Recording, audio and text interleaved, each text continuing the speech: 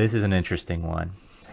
We might have a sales manager come to us and say, today my sales team has about 1,000 customers for each salesperson in their territory that they could potentially visit. And each salesperson has their own way of determining when and which customers to visit and how often. But I feel like we should be able to give them some data-based recommendations. Is there any way that we can use analytics to help? Yes, sales manager, there certainly is.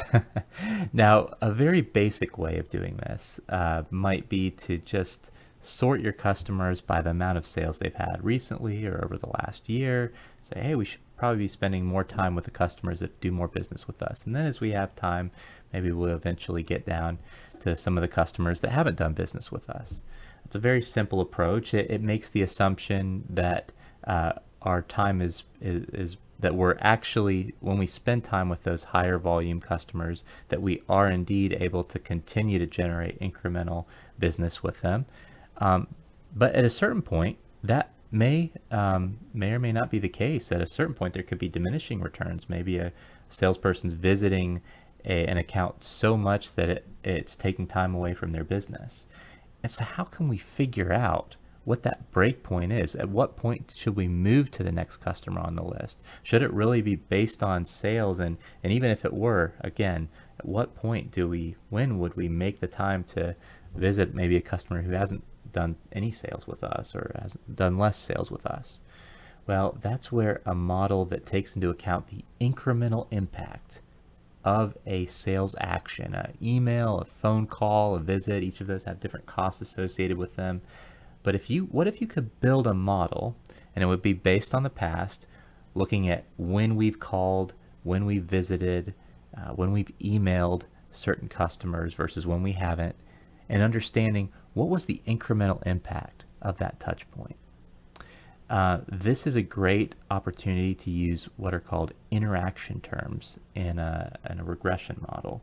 So we would want to understand, we have all these characteristics about the customer, maybe what business segment they're in, what geography they're in, when the last time they were called was. We're going to factor that in so we can understand diminishing returns, all kinds of things we know about the customer. And we would be looking at interactions between when that customer was called or emailed or visited, all different variables here.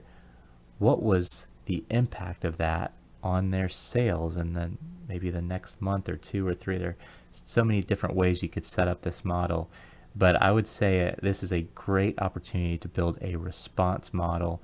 You build that model, and essentially you can run each customer through and say, what would my model predict that sales would be for this time period coming up if I called that customer today versus if I didn't call that customer today? If I visited that customer today versus if I didn't visit them today, if I emailed them today versus not. And what you would want to do after calculating that for each, this is all done automatically, applied to your whole data set through a tool like Python or SAS or R. For each customer now, you've calculated what that incremental likelihood or that incremental maybe profit that would be driven if you were to call them or visit them or email them would be. And you can rank order them by that. And that's a starting point for figuring out who you might call on that particular day. Now you've got to consider the cost side of it. Maybe for certain customers, the drive time could be higher. So you'd want to maybe consider that cost in the equation as well. And then how you route customers, right? If there's one that is, maybe there's a group of customers that you think would have a high incremental value of a call and they're close to each other. There's one out here. Maybe you save that one for the next day because it would just be a really big off-route drive time to get there.